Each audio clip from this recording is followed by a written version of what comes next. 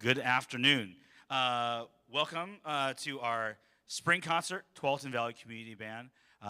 So glad to have you here.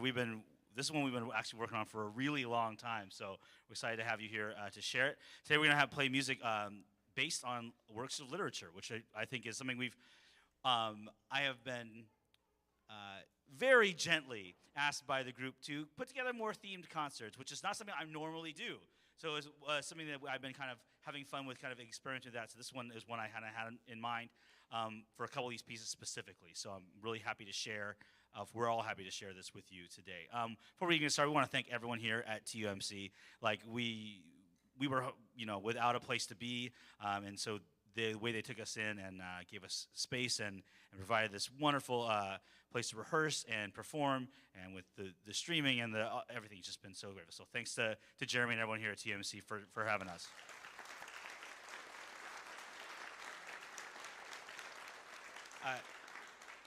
Typically I just get into it, but each of these is going to need a little bit of, not a lot of talking, but some.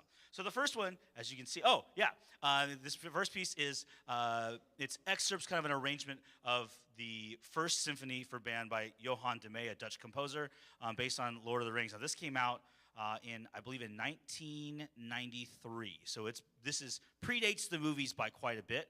De Meij was a really big fan of the works and read all the books many, many times, and decided it was time to put them to music, really, for the first time, especially in the band setting, for sure. This version has a few of the different sections. The first one, and you'll hear this theme over and over again, is the Gandalf theme. You'll kind of recognize it's very regal. Shortly after that, we move into him riding across the countryside on his horse Shadowfax. You'll hear that. It's pretty obvious. The next section is called Journey in the Dark. It's the party moving their way through the Mines of Moria. Actually, no, skipped one. Lothlorien shows the Elven Forest. Then the journey through the mine, and finishing with a piece of musical material about the hobbits themselves and their joy, but also their introspection after the events of the book. So I hope you enjoy this. This is Lord of the Rings by Johan De Meij, arranged by Paul Lavender.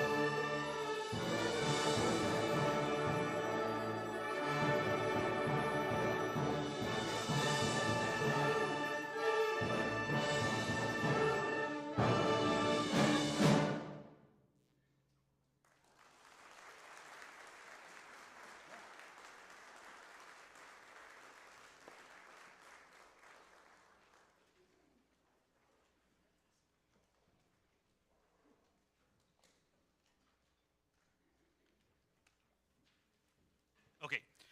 All right, this next one is written by a really famous band composer by the name of Alfred Reed. Alfred Reed wrote just a ton of music, and a lot of his biggest stuff was written kind of in late 70s into the 80s, maybe a little bit in the early 90s. But after that, he was still writing, but his big blockbuster days were a little bit over. He just a lot of traveling overseas, a lot of conducting, not as much writing. But he had over his career had a really strong affinity for writing music connected to Shakespeare. For some reason, it was just something he must have read a lot and just was really interested. But he wrote a lot. He wrote one for Othello, Macbeth, King Lear, and then he wrote this next piece.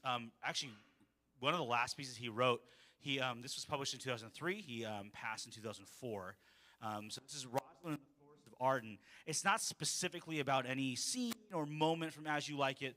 It's what he imagines as he imagines Rosalind walking through the Forest of Arden. Sometimes, but not always, with Orlando, who she falls in love with during this play. So it's just a moment of his vision of what it would look like as they were walking through the forest. And it's intended in his mind, in the performance of the play, and as we're using it for during this concert, a moment of calm and introspection and relaxation between moments of upheaval, which we'll get to in a moment. So, but this is Rosalind in the Forest of Arden by Alfred Reed.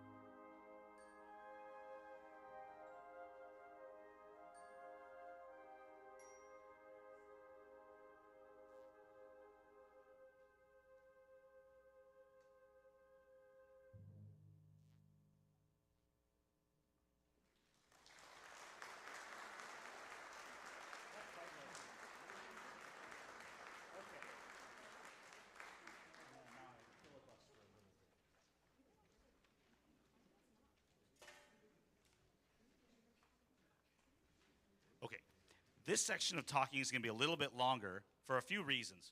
One, percussion needs to set up some interesting stuff. And two, there's a lot to talk about. And this next piece, truth be told, it's a little lengthy, my friends. So get comfortable. All right. So this next one is really, really famous band composer Robert W. Smith, who we actually tragically lost too early last fall. This is his first symphony for band, and this is really, I wouldn't say it's one of his most well-known, but it's not, let me rephrase that. It's well-known. It's not played a lot because it's a lot. People play individual movements of this. The whole bit of this is not played a lot because it's substantial. I performed this piece in college. I really enjoy it. It's fun to listen to. I thought, you know what? Maybe this group of people would be interested in taking this on. And there was a little bit of some sideways looks at first.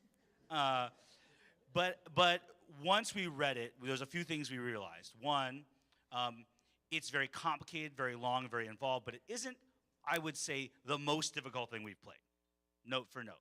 There are moments that are really challenging, but its real challenge comes in, its length, and some of the subject matter, just being able to portray what this is portraying. So you're going to hear 4 movements.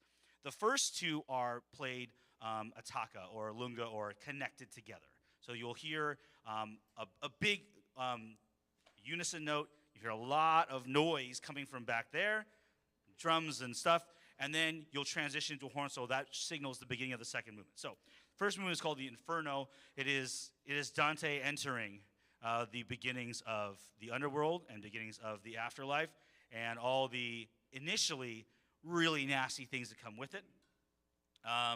He is traveling through all these storms and fiery sands, and you hear moments of him seeing other sinners in the underworld.